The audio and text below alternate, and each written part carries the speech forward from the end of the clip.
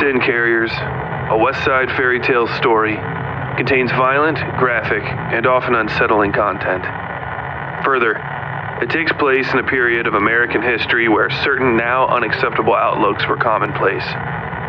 In the spirit of pulling back the lid on the mythos of the American Wild West, many of these outlooks are espoused by various characters, whether outright or through their internal dialogue.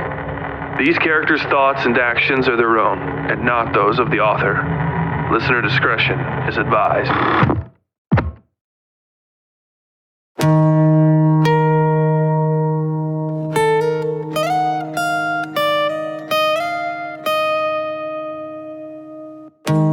Previously on Sin Carriers, we were introduced to Garvey, one of Tolliver's drivers and a man of extremely dark tastes.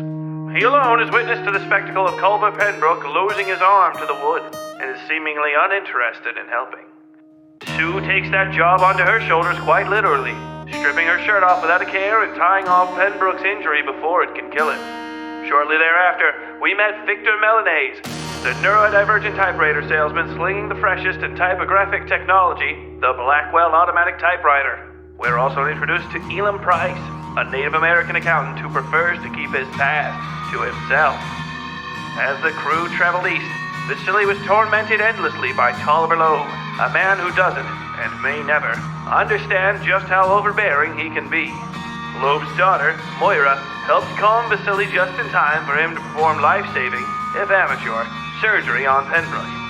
After arriving at their first destination, Sue interrupts the cowboy Colt Wickless just in time to prevent his assault on a hapless young girl.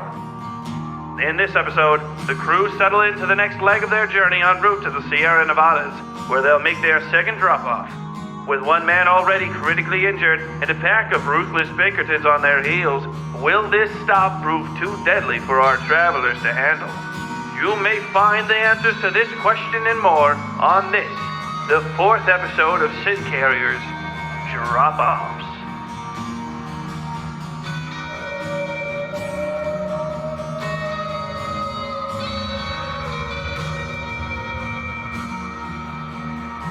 Grit blew off the tracks, dusting the sea of lettuce stretching into the distant mountains. Amidst this ocean of green rose the tracks and the berm, which a bird might see as a great slash in the blocky perfection of the fields and farms. The squat, square towns and homes and villages spread amongst the valleys. This cut ran from the ocean in its way, and along it passed the train and the travelers, though they were long gone now, save the lightest tinny ringing from the rails, vibrations marking the memory of motion, until he came upon the berm and his horse's rotten hoof quelled the shaking. The noise was like a great, spinning penny being slapped silent against a table. Thus came the rider, dark clouds boiling on the horizon behind him. His head hung low over the horse's back, giving the impression of a wounded man barely able to keep his saddle. A casual passerby might even figure as much and approach, but only until they saw the tight, screaming eyes of the dead skin mask dangling from his forehead. Then a feeling of malaise and confusion, a need to be somewhere else. Forgetfulness. The horse proceeded, bouncing the rider until they came upon the pallet of strange wood left on the side rail beside the small village.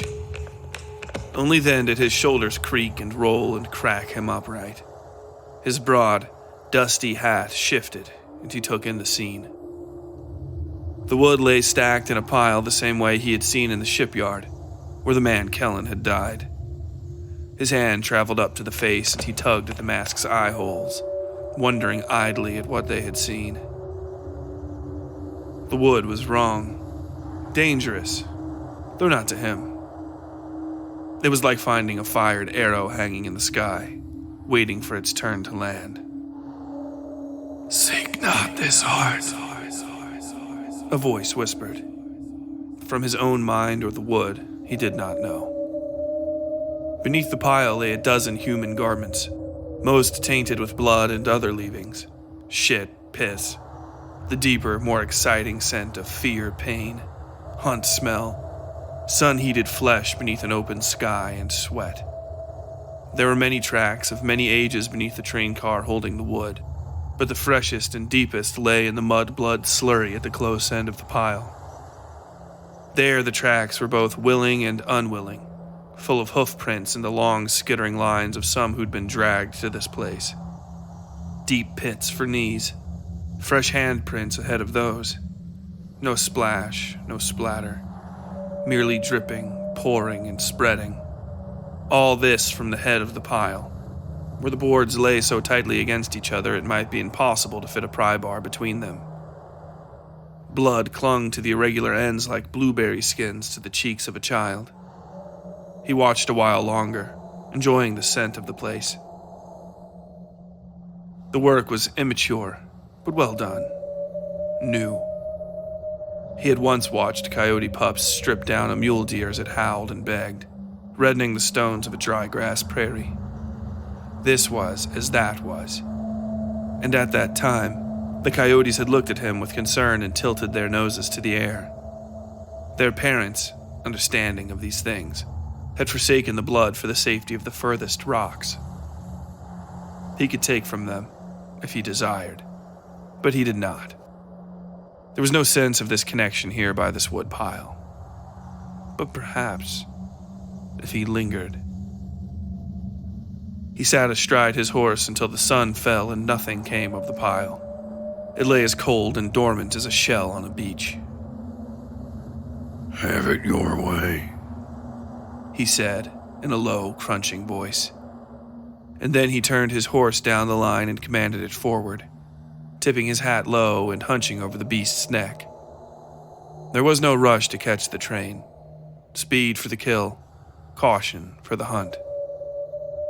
The woodpile alone was cause enough for caution.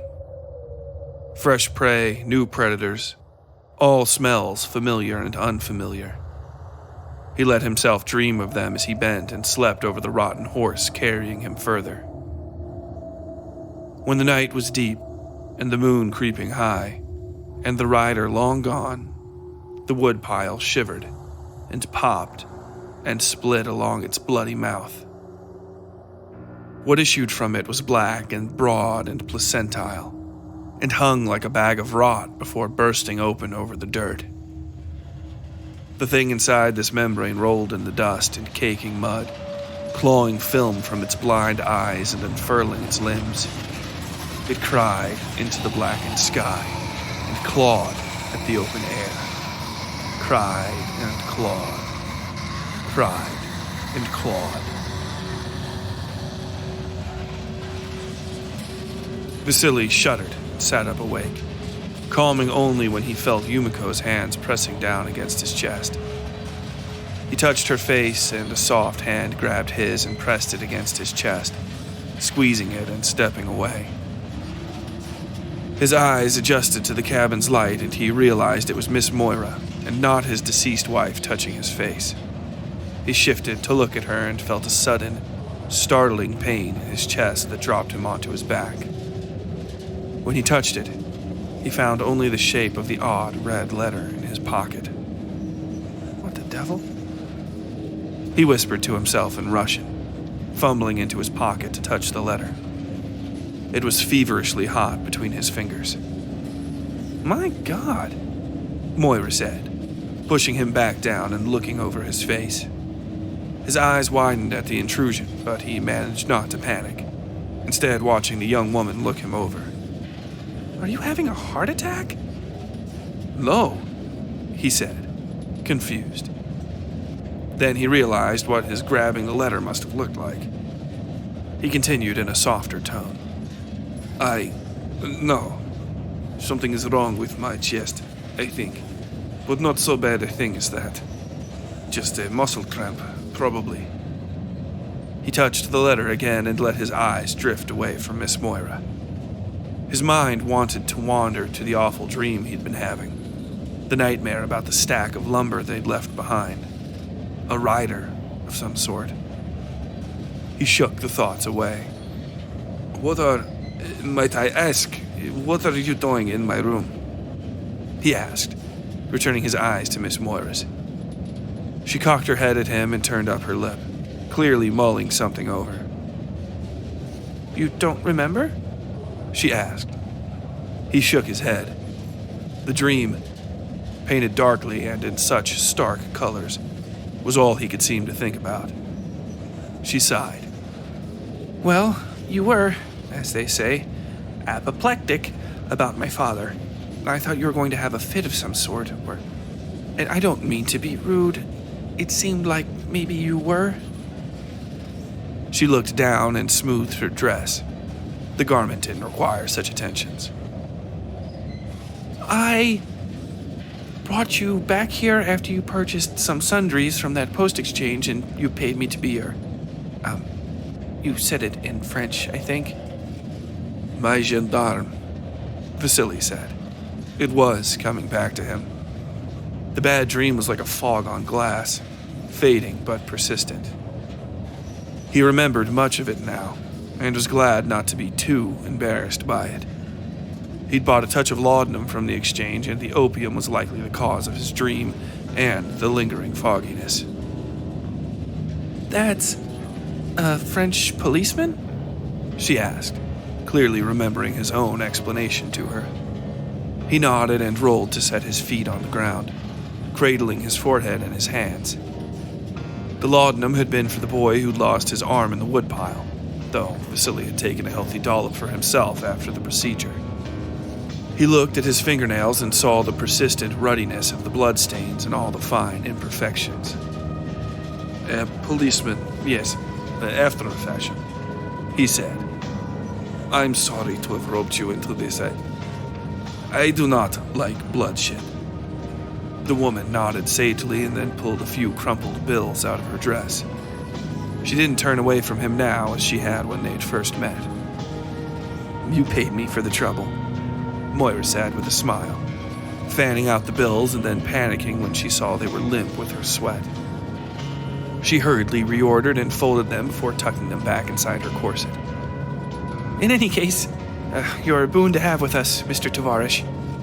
And Father should certainly consider retaining you in earnest. She leaned forward and continued in a lower voice. You saved that man's life. A Loeb man. You should demand some sort of compensation. Does your father part with compensation easily? Vasily asked after a while, looking up at her. Moira bit her lip and looked away, leaving it at that. He chuckled.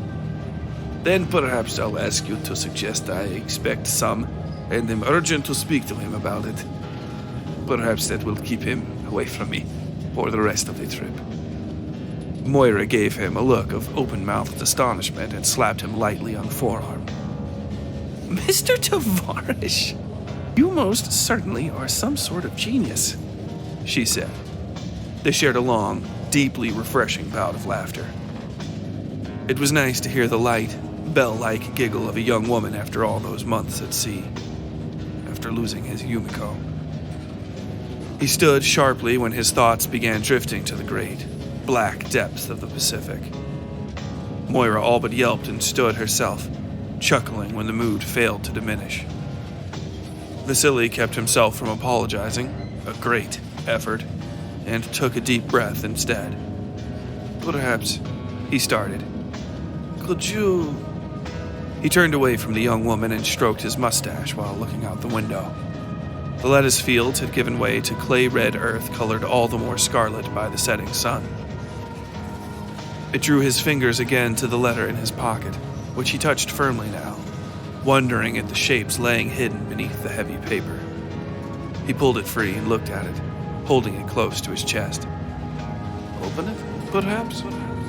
He thought to himself. Curiously, he thought in English, which was uncustomary for him. He flicked the paper and then returned it to his jacket pocket, turning to find Miss Moira waiting patiently for him to finish.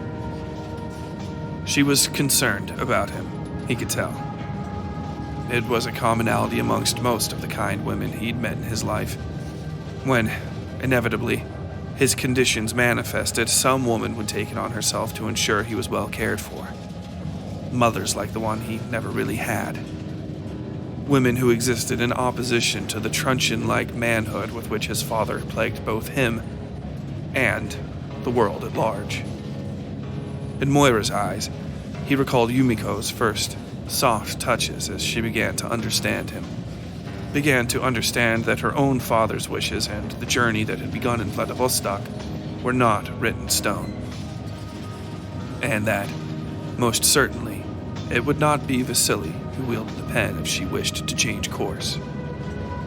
I think, perhaps, I am an engineer, Vasily said, trying to pull his thoughts from the mire of his internal dialogue enough to speak with this young woman. She seemed to understand the effort this took him and remained, not silent, but receptive, long enough to hear him out. When he didn't continue, she leaned in and smiled. "Are you sure?" she asked. He gave her a confused look. "That you're an engineer, Mr. Tavares?" He cleared his throat and nodded and took a breath. Yes, he said.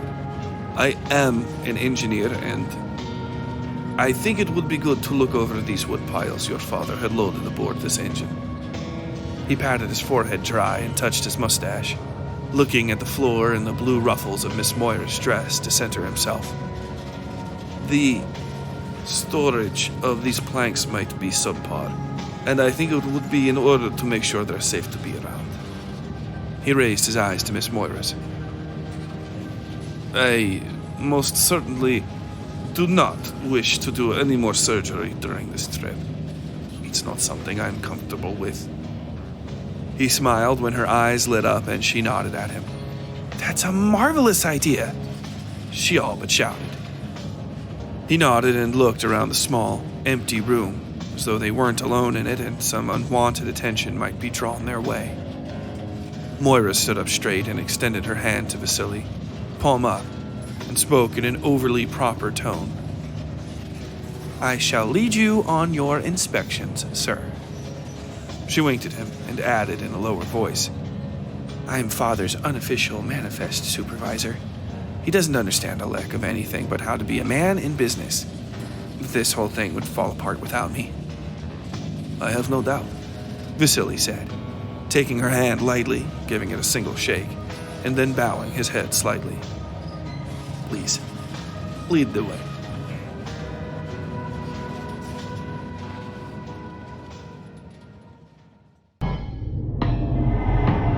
We got new merch in the merch store. Yeah, it's me again. I ain't in this season, or last season, but maybe some season. Anyway, we got new t-shirts featuring the signs of the 5. Bring out your inner imago by marking yourself for your favorite deity. They won't care, probably won't even notice. But trust me, when you start sprouting extra arms, you'll say it was worth it. So get yourself a hand of sticks, a divided sun, or maybe even a blind horizon today at westsidefairytales.com/merch. It's the best stuff ever. Really. westsidefairytales.com/merch. You won't regret it.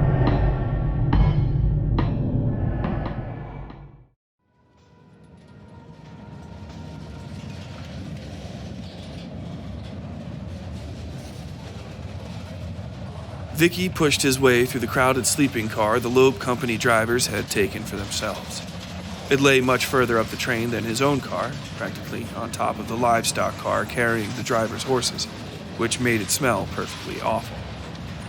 He honestly didn't mind the livestock smell as much as he did the drivers. They were all lanky, rough-handed men with mean little eyes and a slow way about them he didn't understand.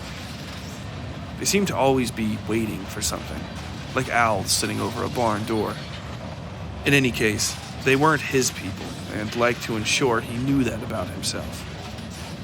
Hey now, boy, one of them said as he passed. He cursed to himself and walked faster, trying not to trip on the loose straps of the bags and satchels stuffed beneath the lowest racks.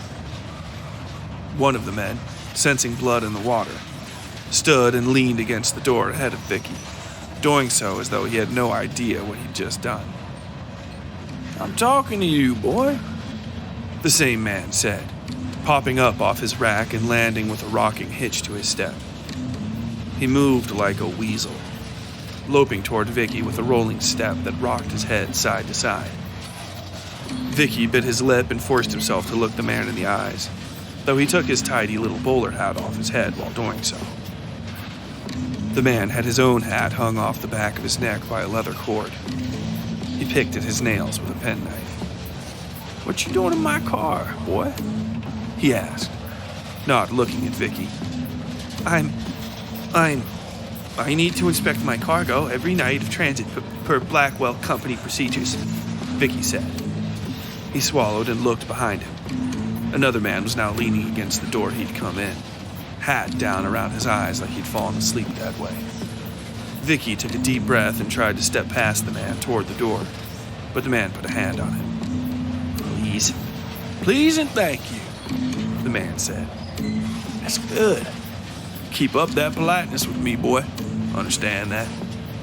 Vicky just glared at him. "Now, that'd be a yes, sir, comes out your lips next." The man was as handsome as he was awful, with narrow hips and the good, blocky sort of jaw women liked.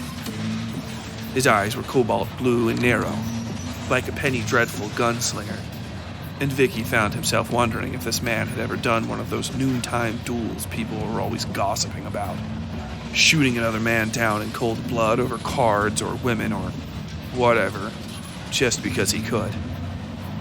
The heavy sixer on the man's hip suggested as much. "I just need to get by," Vicky started to say. The man slapped him backhand without so much as looking at him. His skin left a scrim of grease on Vicky's cheek, and Vicky could taste a bit of blood on his tongue. The man opened his mouth to explain his actions, something regarding calling him sir, but Vicky reared back and punched him in the mouth. The man was so startled he tossed his penknife over his shoulder. He looked at his hand and licked his lip, staring at the smear of blood there. He pulled his pistol and pointed at Vicky's chest, grabbing the smaller man by the lapel and pushing him against the floor-to-ceiling bars holding the racks. The other men, even those on the doors, now raised their voices in protest. "You just fucking touch me, you worm," he said. His eyes were hot and hard and small. His tongue flicked out over his lips, which Vicky saw were terribly dry. "I'll fucking Wickless," an older man said from his rack on the opposite side of the sleeper. Vicky dared to look at him and saw nothing but shadowy limbs and the rough shapes of a hat over a face. "Let him go. Put that away."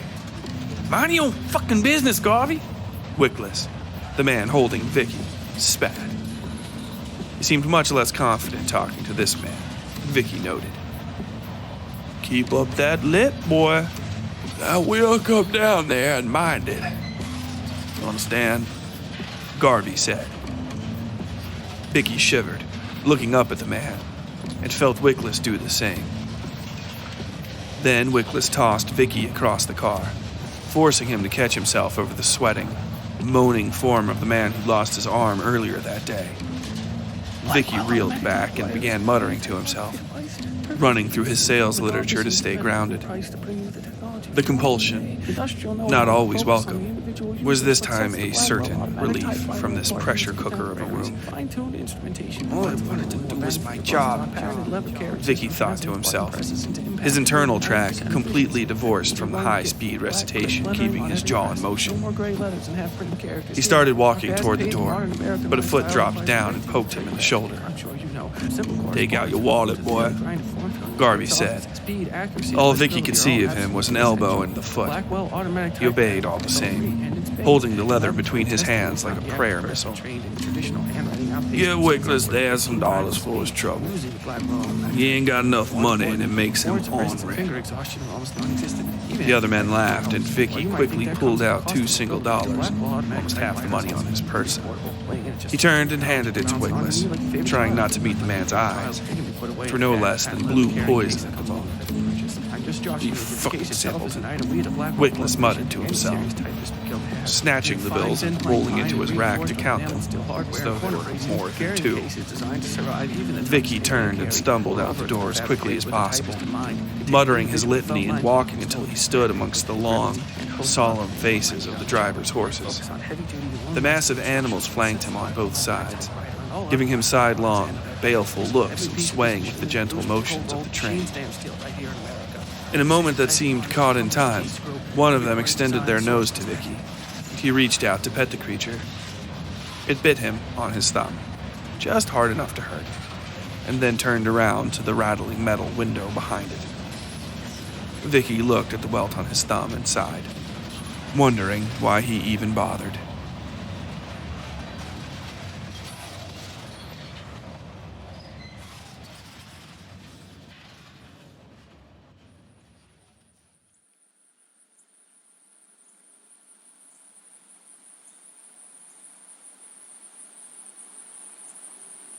Clinton kept his lantern low as he crested the rocks atop the bluff overlooking the great line of steel snaking its way through the valley. The moon, fatter than he thought possible for this time of the month, hung just over the distant crags of the Sierras. The rail lines shone in the cold blue moonlight, polished as they were to a mere sheen by friction. The train itself was far down the track, a centipede of lantern glow disappearing into the coniferous stands beyond the small lake beneath them. Clinton sighed and raised his lantern, and the others joined him. They crept from the brush, silent atop their horses. Eyes glinted in the lantern light when he cast it around at them. He knew none of them by name. The Pinkerton agency had cobbled their number together from various other parties and the like operating in the Central Valley. They were strike breakers, professional bullies. A few were even payroll killers with no real names or places to go home to. Company men, like him. "They're gone, then?" the first of them asked. He wore the same mustache, bowler hat, brown suit as all the rest. No identification, no possessions but portable comforts and the tools by which he plied his trade. A couple pistols and a double-barreled shotgun, the workhorses of country carving, of principal disaster. Clinton shook his head. "No," he said. "They got a few hours on us, but they're stopping for the night up ahead. We'll catch up before daybreak." The men exchanged glances and adjusted their horses, following Clinton down the far slope.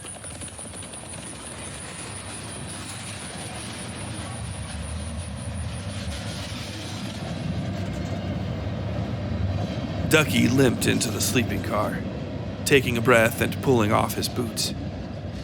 He'd had them on until damn near sundown, but now with the security team back preparing for a larger cargo drop, he finally had a moment to unburden himself of the wads of money he'd been walking on. He'd almost had more than a few heart attacks throughout the day when he'd stepped or moved or adjusted his feet and felt some give and slide beneath his socks. Worried he was going to ruin the money before he ever spent it, he'd curled up his foot so awkwardly it had left him with a god-awful cramp. "Look at you," he whispered, pain forgotten when the piles of bills were in hand. The rough wooden floor of the sleeping car was cool and forgiving to his sore feet, and he stretched his toes as he shuffled the cash, looking for damage. It was all fine, if sweaty and foot-smelling, but fine all the same. He whipped his head around protectively, not even meaning to do it, and then fished his little penknife out his pocket and cut a small hole in the side of his mattress. He jammed the money deep inside, down toward the end opposite where his head would lay. Then he flopped down on the shitty, thin mattress and kicked his feet a few times, ensuring the money wasn't easy to feel. It wasn't. "All right, then," he said softly to himself, pulling his socks and boots back on and listening to the gentle screech of the wheels as the train pulled into station. Elam rolled the rifle over in his hands, frowning and looking over the mechanics of the thing without letting his finger stray too close to the trigger. The boys at St. Augustus had all been fanatical about guns and other weapons, cannons and whatever. The worst had been Jackson, his bunkmate and basically brother, who'd saved up money collecting bottles and sweeping sidewalks in town and used all that hard work to make the most idiotic purchase Elam had ever seen. A steel blue Colt revolver, so new it was still slathered in factory grease like some devilish mechanical newborn. Jackson, who was built like a man after the age of 14 and went by Jackie, had spent every night taking the thing apart, cleaning it and pointing it at stuff in their tiny room and pulling the trigger. Click, click, click. He hadn't even bought any bullets for the thing, just the gun itself. It was like a piece of him he'd always been missing, even though he was nearly twice Elam's size and weight, and women were drawn to him like June bugs to a lamplight. If Jackie had been here, he'd probably know the ins and outs of this rifle the way cats knew how to climb, instinctively. As it was, Elam couldn't make heads or tails of the thing. There were basic, obvious parts he knew by the natural osmosis of living in the American West. This part was called a bolt action, and you flicked it back and forth to make the bullets go in and out of the gun. But he couldn't move his at all. This part here was called a trigger, and it was a button you pressed to kill people, like a useless sort of typewriter. But in addition to those things were a dozen other clicking, twisting, flipping, snapping bits of metal he couldn't for the life of him determine the purpose of. "You need some help with that?" the priest asked. Elam looked over to see the older man had his rifle laid out piecemeal before him. Little springs and pins and twisted metal whatnots all arranged in lines. The priest's eyes were dark, but friendly enough. In the dim lamplight, the gnarled scar tissue on his cheek was a black, cross-shaped pool of shadow. "I suppose," Elam said. The priest nodded, but didn't leave his seat. His hands flicked over the pieces before him, snapping and sliding them together until the gun was somehow fully whole and pointed at the ceiling. A slice of moonlight shone down through the hole the crazy Castellano had left in the metal up there, and it was the moon the priest seemed to aim at. Elam shuddered, forcing down a memory and trying to focus on the present. The priest set his rifle down and slid over to Elam's booth, taking up the young man's gun and looking it over. He nodded silently and spread out his towel on the tabletop between them, stripping the rifle slowly until it was completely apart. "This is the bolt," he said, letting a fat stick of metal dangle from his hand by its arm. "Because it's a bolt-action gun," Elam said, trying to sound at least somewhat in the loop. The man cocked his head and nodded slightly. It is a bolt action, but that just means you move the bolt yourself using this." He pointed to the arm. "This model locks the bolt in place on safe, so you have to flip this little switch right here if you want to cycle it open, or to load it." He showed Elam the button in the younger man's side and nodded. The priest went over the parts, pointing at this and that and explaining what did what, though Elam was only half paying attention. "How do you load it?" he asked.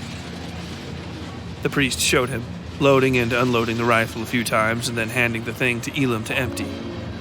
He gave the young man a tight, tired smile. "It's probably best you not load yours unless you really need to," the priest said, pushing the cloth bag of spare ammunition to the side of the table. "So, where are you from?"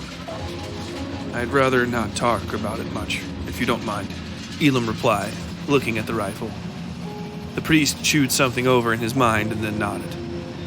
"Okay then. That's no problem," he said. The door opened after the priest had sat down and Dougie returned to the cabin, slinking into his seat opposite the Castellano. The priest watched him with a distracted look on his face and then dug into his pocket Bible, crouching down so his feet were atop the seat opposite him. The woman, Sue, was sleeping there with her hat over her face. "A fine lot you've set yourself in with," Elam thought to himself, looking out the window. The train had started braking a long while ago and was still crying out every slow inch as they pulled into station. He could see all of nothing through the glass save a cobalt blue sky stained with streaks of black cloud. The earth below was deep indigo nothingness marred here and there by faces of stones shining back in the moonlight. Though, for a moment, he thought he saw a distant flicker of yellow, there and gone in a moment. "Huh," he said, not knowing what to make of it. If it was anything, it was terribly, terribly far from them, and would be impossible to see again now that they were buried inside the forest. The coniferous branches beyond the glass rustled and scraped the sides of the car. "Did you see something?" the priest called to him. Elam shook his head to say no, but when he looked at the priest, something hard had taken over the man's eyes. It was no longer the friendly, overly familiar sort he'd been a moment ago. A light," Elam said. "Must have been 2 miles away, or who knows how far." The priest craned his neck to see past Elam, but there were only trees now beyond the window, flashing ghostly white where the lanterns reached. Elam took a breath, nervous to have caused so much alarm from a mild observation. "I'm sure it was just some folks out hunting or something." "Oh, hunting, yes," the Castellano said from beneath his hat. He didn't remove it to join the conversation, just spoke through the straw. "Only hunters out this late, that Gato." The priest stood sharply, waking Sue. She sputtered and hopped to her feet as well, crouching wide-eyed to take in the room. The commotion seemed to make Ducky nervous, though he just cast looks at the door like he wanted to leave. "Fuck is going on?" Sue said, giving the others a confused look. The mixed mood didn't seem to put her at ease. The priest had gone to the far end of the car and opened a steel slot in the back wall. Even Elam could tell it was some sort of firing port. "We are on the menu," the Castellano said, pushing his broad hat up off his shoulders with just his forefingers. He rolled his shoulders and spine in this same fluid motion, which cracked his vertebrae like walnuts, bent him nearly into an upside-down U. Then he settled back, resting the hat on the table in order to watch the priest busy himself with the back of the train. "But the boy here said they were miles away. On horses at best. They'll meet us in town, if they ride hard." "You saw something?" Sue asked Elam, fixing her hat and looking around the car for her rifle. The little man running this detail had unlocked the gun locker a few hours earlier, passing out a small amount of ammo and a rifle to all of the security detail. Of all of them, only the priest seemed to have any interest or talent with a long gun. The black boy, Ducky, seemed only slightly less uncomfortable than Elam. The woman was, well, a woman in Elam's eyes, and God only knew what she could do in a firefight. The Castellano didn't seem to care much about the rifle at all. In fact, he turned his nose up at the thing and flicked his fingers at it, going back to sleep and ignoring their supposed boss until the little man huffed and tossed it back into the locker. "Yes, I suppose so," Elam said, drumming his fingers on the table.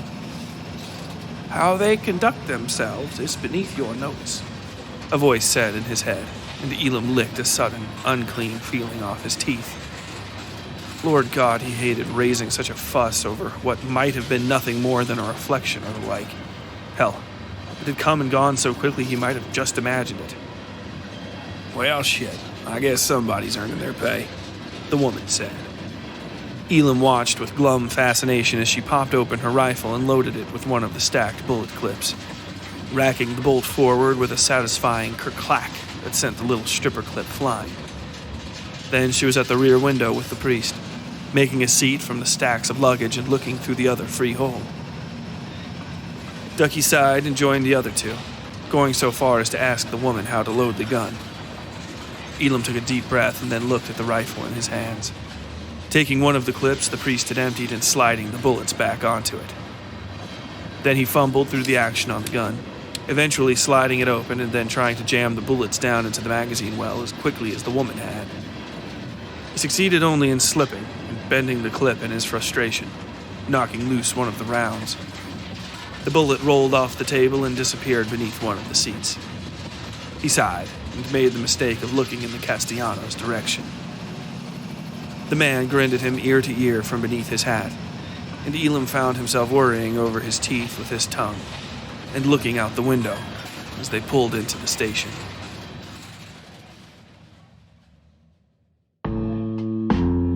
Hey there, folks. If you're like me, then you love a scary story. But why settle for bargain bin big box store blandness when you can get piping hot homemade horror delivered directly to your home? Support the Westside Fairytales today on Patreon, and you can get episodes like this one ad-free, as well as access to merch ebooks, and other amazing deals. But most importantly, you'll help bring weird, original content like Sin Carriers to life. If you want more bizarre, creepy, and horrifying indie fiction, then go to patreon.com/Westside Fairytales. That's patreon.com/Westside Fairytales today.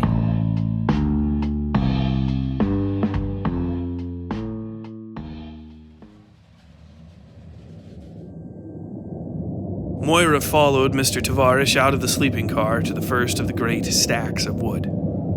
In their day, these boards had been sandalwood in color, some oakish but mostly a fairly common honeyed shade of brown gold. Wood color, for no better definition. But here in the dark, they seemed not to care for the light of their lanterns, of the train's fluttering electric lights. The pile was a jagged slice out of the world itself, dark and deep. "And how many of these are there?" Mr. Tavarish asked, tapping the straps holding the pile in place with the toe of his foot. Even those thick, flat canvas ties seemed to be swallowed by the darkness of the wood, almost like bricks sucked beneath the muddy surface of an old road. Moira took a deep, deep breath and rested her fingers against her throat. Her pulse was high, she realized, enough that she could feel the rush of blood in her ears. The noise was only slightly louder than the constant roar of the train. Mud, sinking. Why must you repeat yourself? Why must you repeat yourself? Did they ever listen? 7, 6? After the one we just dropped off, Moira said. She cleared her throat and turned to stick her fingers beneath the collar of her dress. It was a scratchy, high-necked thing with a short, light skirt that kept her from getting snagged on parts of the train when she walked, but still low enough to cover the tops of her knee-high leather boots. The dress was, in any case, hotter by far than the comfortable shirts and pants she'd packed. Shirts and pants her father wouldn't let her wear in front of his boys, for fear of the sudden sexual blue-collar violence that served as his prime waking fear. "Ah," Mr. Tavarish said, picking at the straps and pushing on the pile. He too was wearing gloves and seemed to get the fabric caught on something, though he pulled himself free in a second. "And there's no other cargo?" "Some break bulk in the middle car between all these, your own and Vex included," Moira said, pulling harder at her collar and then nearly ripping the dress away from her torso when Mr. Tavarish turned back to the load. Fresh air cooled the sweat on her chest and she found she could breathe a bit better. At least, the breaths came easier and the lightness seemed to fade, which was odd, because the dress wasn't all that tight or constricting. We normally don't run so light, but these wood piles are some great priority." Tavarish turned to her, giving her a curious expression. "So you said," he said, glancing at the pile and then rubbing at something on his chest. Moira blinked, smiled, and nodded. She had repeated herself. Taking stock of her surroundings, she realized they'd passed over the second flatbed and were stepping onto the third. "What in the hell?" she asked herself. "What in the hell?" A voice she didn't recognize parroted her own thought in her head. The heat she'd been feeling suddenly dipped into a deep chill. Would he even ask these questions if it was your father he was talking to? Does he know what you do around here? Moira took a breath and shook her head, wiggling her arms at her sides to get her blood back to its proper circulation. This made the fabric of her dress shift uncomfortably over her breasts, and the hairs on the back of her neck stood high for a moment. The sensation was electric, uncomfortably intoxicating, and she found herself readjusting cautiously to avoid it. "Seriously now," a voice whispered in the back of Moira's mind. Never serious. Moira said aloud, scaring herself and Mr. Tavarish, who turned to her with wide eyes. She'd scared the living daylights out of the man. She opened her mouth to explain, but only managed an awkward chuckle. She smiled and shook her head. I'm so sorry. I don't know what came over me." Moira giggled and pushed her gloved fingers into her hair, falling against the railing behind her when her legs gave. Vasily caught her arm and held her steady, the panic in his eyes shifting to concern. The older man was severely worried about her, she realized. She smiled and waved her hand at him, oddly unable to speak. He shouted at her and grabbed her with both hands. She chuckled and tried to push him away, but he yelled at her again and bound her up in his arms, dragging her back into the roar of the train. Moira's face slapped against something hard on Mr. Tavarish's chest, and the pain was like a lighthouse in a great fog. Mr. Tavarish rolled her gently away and held her shoulders in place. She was looking up into the sky, a great, starless scar of black obscuring the vision of her left eye. Moira. The woodpile, Moira. she realized. Never serious, Moira. never take me serious, never serious. Moira. Moira!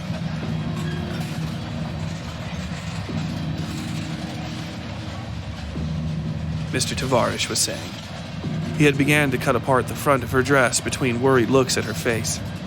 She realized she was caught at the breathless end of a long giggle, still exhaling though there wasn't any air left in her lungs. Then the panic hit and she began to claw around her throat, trying to find what was choking her, but her flesh was naked.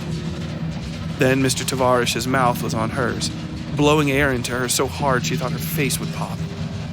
A horrid, clenching feeling came and went, and Moira suddenly felt a million pins and needles all up and down her body.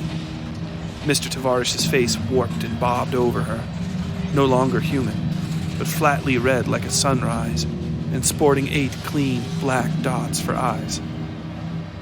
She tried to push herself away from him, but he held her still. Then she turned and looked into the black void of the wood. It drew her, pulled at her. It was no longer there. It had gone and left only the empty scar in the world. She reached for it, seeing the deeper purple light beyond beating like a heart. Mr. Tavarish's mouth pressed against hers and, this time, her skin seemed to burst into flame. She sucked in a deep, painful breath, and then she was breathing on her own again. Panicked, death-obsessed parts of her brain she'd been unable to hear were screaming at her all of a sudden, as though she'd closed a door on them. She felt her own mind reopen to her, her sense of self surfacing in a broad, still pool of shame and confusion. But who was she? Who am I? She asked Mr. Tavarish. Moira, he said, ignoring her question even as he answered it. Can you hear me? He repeated the question twice more before she remembered how to answer. She nodded her head and took a more normal breath. What? What happened to me? She asked, trying to sit up. Mr. Tavarish held his fingers gently over her shoulders, keeping her on her back. Please count to 30 in your head before trying to sit up, he said. We already went through this once, I'm afraid. Moira looked up at the sky, closing her left eye this time to block out the view of the woodpile. Its surface had begun to catch the light of Mr. Tavarish's lantern again, though she wondered if that had ever not been the case. You acted in an unusual way, Mr. Tavarish said to her. She gave him the benefit of her single, open eye. A way you would not think flattering of yourself, I think. You seemed drunk, I think is the best way to say it, a few minutes ago, and you attempted to be indiscreet with me? I'm not sure how to explain or even to understand it. Then you tried to throw yourself off the train. He pointed to the space behind him, where the railing of the flat platform fell away over top the coupling to the next car. The safety chain there was gone entirely. I don't know what to say, Moira muttered, gently pushing his hands away and sitting. Her head felt full of rocks and glass, as though she'd spent the day helping herself to brandy. I don't blame you for this, Mr. Tavarish said, moving his face in front of hers. She gave him a look that was half frown and half smile. I am quite serious. This is not A kindness for the benefit of your self-esteem. I think you had a serious medical issue for a moment. A seizure or the like." He stood and helped her to her feet, looking her over intently as she regained her balance. "Is there any history of that sort of thing in your family?" Moira pulled away from him sharply at that question, opening her mouth and then saying nothing for a long moment. Thinking of mother, nobody listened to her. She realized she was avoiding looking at the woodpile, and so turned away from it and Mr. Tavarish entirely. She shivered and held herself tightly, feeling the wetness of her clothing beneath her fingers. "I am sorry if that is an unwelcome question," he said, stepping back and adjusting his clothing. The debacle had left him in disarray. It's fine," Moira said, pushing her hand into her hair. The normally tight strands were loose and frizzy over her scalp, floating out of her control. She sighed and looked at the steel beside the woodpile, looking for something in the darkness of the shadow there. "Do not go in amongst the wood," she mumbled to herself. The words seemed to hum. "Excuse me?" Mr. Tavarish asked. Moira shook her head, turned to him, and gave him a tight smile. Then she extended her hand. "I'm sorry for being short with you," she said. "but I'm not feeling well. Could you escort me back to my room, please? Just on the off chance She gave him a bashful smile that only hinted at her own deeper humiliation. He nodded and took her hand, leading her carefully back to the beginning of their little tour. It was only when their footfalls were well out of hearing that Mr. Vaught, the little person who'd read the passenger manifest the day of their departure, crept from the shadows inside the break bulk container and quietly returned the safety chain to where it had been latched. Tolliver blotted his brow and began the long, arduous process of getting his pants on without Moira's help. Fat had become an indelible part of him the way he thought gout might come to affect the men who suffered that disorder. The paleness of his body in his mirror, the breadth of it, growing like the heat that boils the frog until one day comes the realization that there is no going back.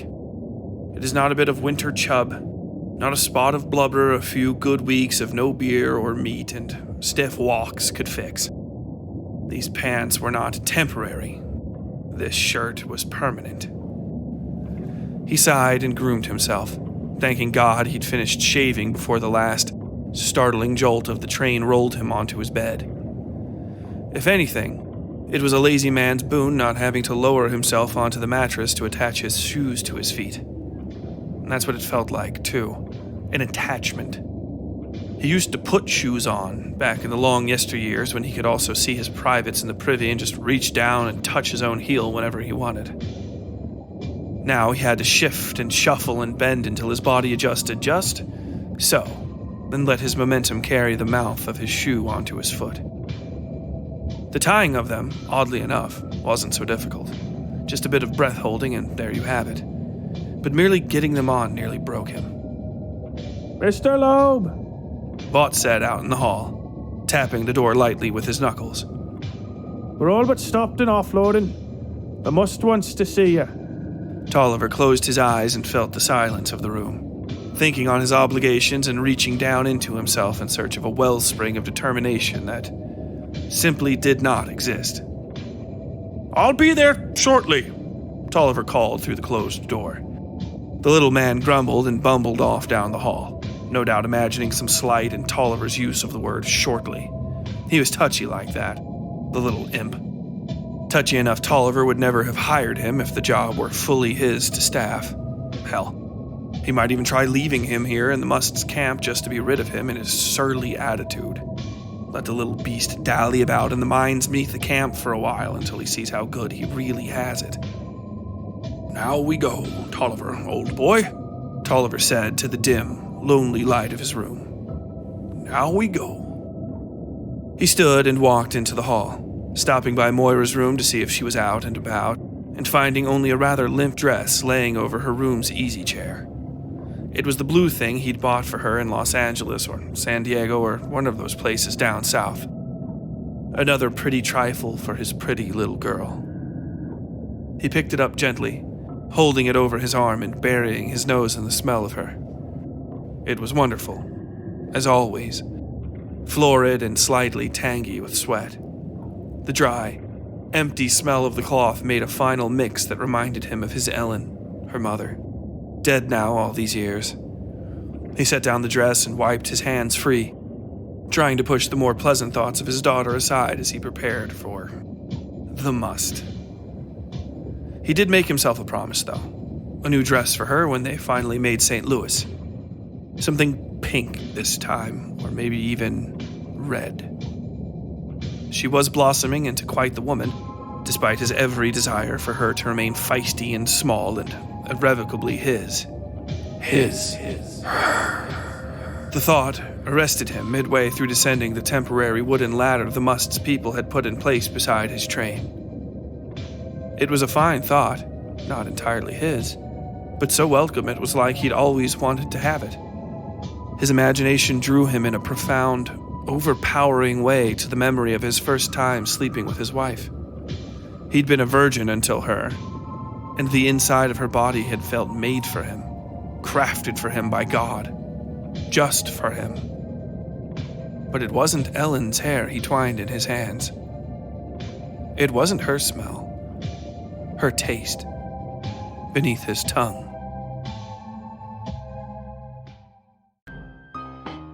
All right, I'll read it, goddammit. Are you a fan of the Westside Fairytales podcast and my story, Sin Carriers? Then take a second right now, pause this episode, and take a second to like it, comment on it, or share it on your favorite social media sites. This year, we're trying to grow the Westside Fairytales like never before, and we need your help to do it. So if you have just a second, use Reddit, Facebook, Twitter, whatever the hell, and share the Westside Fairytales with the world. And if you want, follow us on Twitter, Facebook, and what have you. Just search Westside Fairytales or use the link in the episode show notes. All right, that's it. Now get you.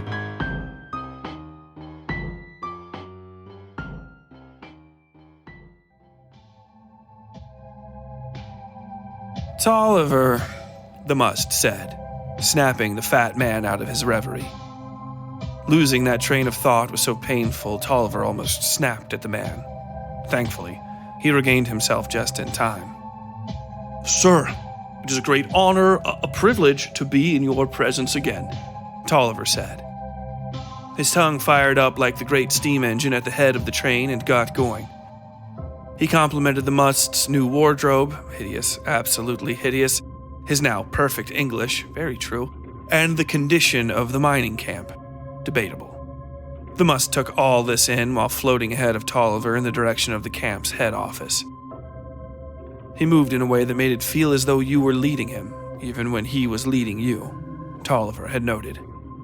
It was a trick of which Tolliver was profoundly envious. I'm done with your talking, the Must said. I really love compliments, Tolliver, but you have a bad habit of giving too many while seeing too little. The Must, slightly taller than Tolliver and very slender despite a bulbous gut, flared his wool jacket and flipped it over the back of his office chair. A dusty, mushroomy smell staled the air. He smiled, thick, yellow teeth doing little to flatter his face. The eyes above were milky and lightly iridescent, the borders of the irises as irregular as the sides of a ditch. Despite that, Tolliver knew the man could see him as well as anybody. The man had the vision of an owl, and saw even better in the dark. And it was dark. The office was a clotted collection of shapes, furniture, and paper with a scab of a lantern on the wall beside the Must. It was likely lit only for Tolliver's benefit. I asked to see you, Tolliver, the Must said, but I hate seeing you. You know that, don't you? Tolliver smiled and bit his lip and looked away to nod his head. You've learned your lesson about using my name, though, haven't you? Tolliver kept nodding. Good. I brought you in here to tell you I want all of the pallets, All of them. You're only getting 2, Tolliver said, still smiling and looking away. What did you just say to me? The must asked. The air in the room tasted like dust. Tolliver could feel it thickening on his tongue. You're only getting 2, Tolliver said. No more, no less. He said the words with conviction, but didn't dare look over the table. Eventually, the must laughed and the air became breathable. To a degree, at least. Tolliver had to stand and go to the door to spit before returning to the conversation. The must favored him with a soft smile. His features, Tolliver thought he might hail from the cold steppes beyond the north of China, were a collection of distorted, inhuman angles time had faded into a cruel mask. He called to the space behind him, and a small boy shuffled forward to deposit a cup of tea on the must's desk. Tolliver watched the child disappear. Do you like him? The must asked. You can have a taste of mine if I can taste some of yours. Tolliver cleared his throat and said nothing, just kept his fists clenched in his lap like a misbehaving student sent to the office. No, of course not. You've grown some spine, Tolliver, and more than a bit of belly. It suits you. Thank you, sir, Tolliver said. The must gave a bored scoff and lit a cigarette. I wish you were more like your brother, he said. Gulliver is a boring boy, but only in his motivations, his methods. The must took a long drag of the cigarette and then licked his lips. There was a crust on them like you might get kissing the sand at the beach. It came off in flakes that settled over the desk. I don't think I'll ever see you again, the must said. If you have something to say, you should say it. You should try doing something, if you'd like. I'm just fine, sir, Tolliver said. But are you? The must asked. He traced his cigarette along the desk, causing little bits of dust to smolder and burn into embers. All that potential on your train and you have no ambitions toward it. You're an errand boy to the end. Not even Blackwell's man, but your brother's. Not even an equal. And tell me, what is he going to do with you when you're back up there in Pennsylvania? The must reached out with his cigarette. Letting it burn so close to Tolliver's eye, the man could almost feel his eyelashes singeing. What will he do with that daughter of yours? Mine. Tolliver slapped the must's hand and the cigarette burst apart, filling the room with embers that stilled in the air and burned in a pulsing rhythm. They moved up in front of the must's face and glowed more strongly. Tolliver's mouth had gone dry. He dared not look away. A single gunshot from outside the office ended the moment. The must glared at Tolliver, not angry, really, just disgusted, and walked past him. The fat man breathed a deep, shuddering sigh of relief and followed. More than a dozen men had assembled in the dusty field between the tracks and the office, all of them dressed the same and riding horses. A lot of them had either rifles or pistols drawn, a few shotguns even, and they had cornered the must's dig boys up against the side of the boardwalk beside his rail spur. One of them held Mr. Vaught by his hair and stood with a pistol barrel pushed into the side of the little man's neck. Now, the Pinkerton said. Stay calm and quiet, and we'll ride out of here with no harm done to you. The man saw the must and Tolliver standing in the doorway and waved his pistol at them. You two, boss needs everybody right over there. What's your boss's name? The must asked. Better yet, what's your name? Buckle, the Pinkerton replied in a flat voice. Buckle tie shoe. The must smirked and walked past the man, who ordered Vaught down the boardwalk in the direction of the train. Tolliver's heart raced in his chest. Hard enough he now had a legitimate fear of it bursting outright. The Pinkertons were swarming the train, his train going over this and that and clearly getting it ready to disembark. Worse, Blackwell's hand-picked security team was nowhere to be seen. Given their constitution, they'd more than likely hightailed it the first sign of danger. Where is she? Good evening, gentlemen, a plain-looking man said as they approached. The one that had given that ridiculous name, Buckle Tie Shoe, tossed Vaught into the dirt and took his place beside the man. Vaught stayed motionless on the ground. My name is Clinton, Mr. Clinton if you prefer, but I assure you assembled that you have no need for the use of my name. We represent the Pinkerton National Detective Agency. We're commandeering this train and seizing our goods, settled on it, under suspicion of malfeasance. This is completely within our rights to do, though if you have some grievance, you can take it up with our Pacific office in Stanton, California. The man produced a card from his pocket and handed it to Tolliver, riding his horse close enough to bump the man as he did so. Tolliver looked the piece of paper over and saw it only contained initials, R.J. Clinton, and an address in Stanton. He stuffed it into his vest pocket and looked up at the man. The lot of you are free to conduct yourselves however you see fit once we've departed, though you would be wise to not try rejoining the train. Clinton continued. That is, save for a few unscrupulous individuals our dispatch has warned us are traveling with you. Clinton rode in a large circle, shouting to Tolliver's drivers, the Must's dig boys, and whomever else might hear. Everybody, it seemed, save for Blackwell's goddamned security detachment. There he is. Firstly, a Negro boy suspected of stealing $2,000 from an associate of the Pinkerton organization, Clinton shouted. We are on the lookout for the boy and the money.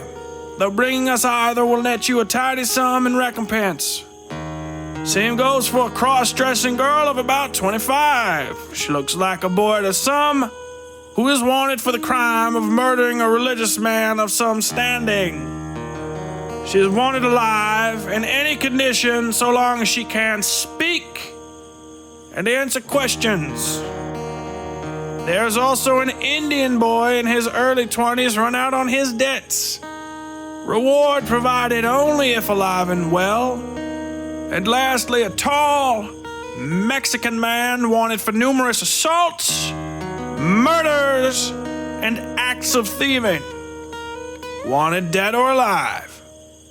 Clinton trotted his horse over to Tolliver's assembled drivers, giving them all a long look. This train here is what we were sent after, he said.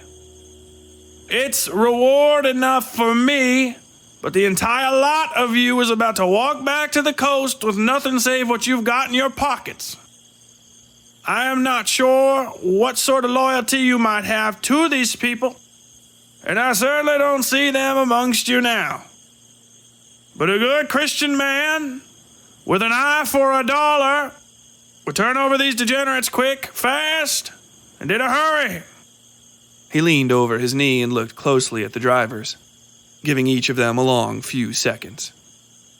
Rat hunting, Tolliver thought glumly, though he was considering turning Blackwell's security team in himself if they were all that bad. Why not at least recuperate some of the expenses? He thought about Blackwell's dull, purple gold eyes and kept his mouth shut. I think I might have seen at least one of them, Colt Wickless said, stepping forward and raising a finger. That little cross-dressing bitch, I know her. Same, cabron, same, a voice called from the shadow of the trees beside one of the Must's storage buildings. But I don't think you'll know me. The lanky Mexican Tolliver had seen that morning strode into the dull, flickering lamplight. Blood dripped from the heavy-bladed knife in his right hand, leaving wet little balls of sand beside his footprints. His other hand rested out of sight inside his poncho. All Tolliver could see of his face were the man's grinning teeth beneath the brim of the broad straw hat. Then he bowed to the Pinkertons and revealed his other hand. A man's head dangled from his fingers by its hair, the mouth jawless, and a pink tongue hanging impossibly low before the ragged throat. Clinton's eyes widened, and Buckle Tie's shoe raised his gun. Soy Gato, the Mexican said, and Buckle's head exploded.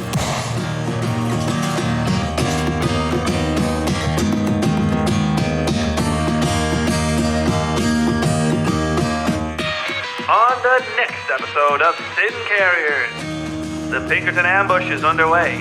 Our travelers are spread out and outnumbered with a bounty on their heads, but it's clear the fight has just begun as Pinkerton heads are already exploding, rolling and flying as the mysterious Gato joins the fray. As the Pinkertons try to take the train, Sue and Ducky are put into an awkward and deadly position. Moira feels a sudden, irresistible call during the chaos, and it may be left up to Vasily to protect her from both the Pinkertons and herself. Meanwhile, Mildover helps Elam put his new training to use, and Tolliver finds his already strained relationship pushed past the breaking point. Will our travelers survive this ambush in one piece, or will the Pinkertons prevail? Will we find out what's so special about these sinister woodpiles? And just exactly who is the Must? And how dangerous is he? You may find the answers to these questions and more on the upcoming 5th episode of Sin Carriers Shootout. And until next time, as always, stay safe out there. The Westside Fairytales is written, scored, and produced by Tyler Bell in Louisville, Kentucky. Audio processing, mastering, and original Foley provided by WSF Productions, LLC. Episode art by Yui Breedlove. All content herein copyright 2022, WSF Productions, LLC.